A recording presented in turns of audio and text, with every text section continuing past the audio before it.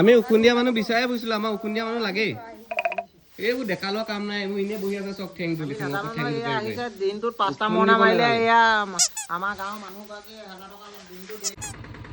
নমস্কাৰ বন্ধুসকল, বছৰৰ প্ৰথমটো মৰণা, সেয়েহে ভাবিলোঁ আপোনালোকৰ লগত শ্বেয়াৰ কৰোঁ। পৰম্পৰাগত গৰু ম'হৰ হালৰ পিছত পাৱাৰ টিলাৰ, তাৰ পাছত পৰ্যায়ক্ৰমে এপেলৈ। আৰু আপোনালোকে বাৰু কিহেৰে মৰণা মাৰে আজি এই ভিডিঅ'টোত কমেণ্ট এটা কৰি আমাক জনাবচোন।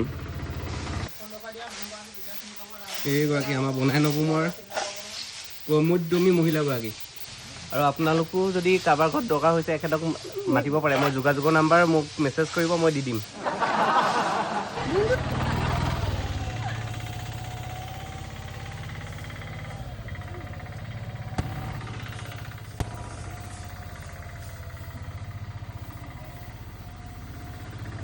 ৰাইজ আপোনালোকক উখুন্দিয়া মানুহ লাগিলে আহি যাব।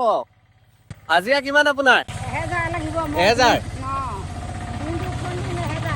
দিনটো খুন্দিব 1000 টকা।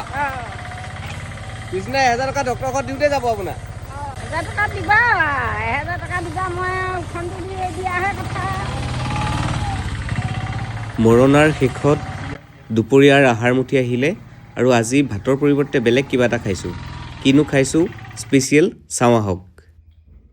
সেয়া আছে তিৱা বুট, আলু পিটিকা, পিঁয়াজ আৰু জলকীয়া।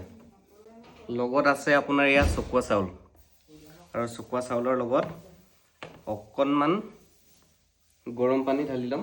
চব ৰেডি কৰি আনিছোঁ মই মৰণাৰ পিছত। এতিয়া আজি দুপৰীয়াৰ ৰেচিপিটো এইটো। চকুৱা চাউলটো খাবলৈ বহুত ধুনীয়া হয়, এনেকৈ দি ভাত খোৱাতকৈ বেছি ভাল লাগে। জলকীয়া মই খাম, তুমি নাখাবা দেই, হ'ব?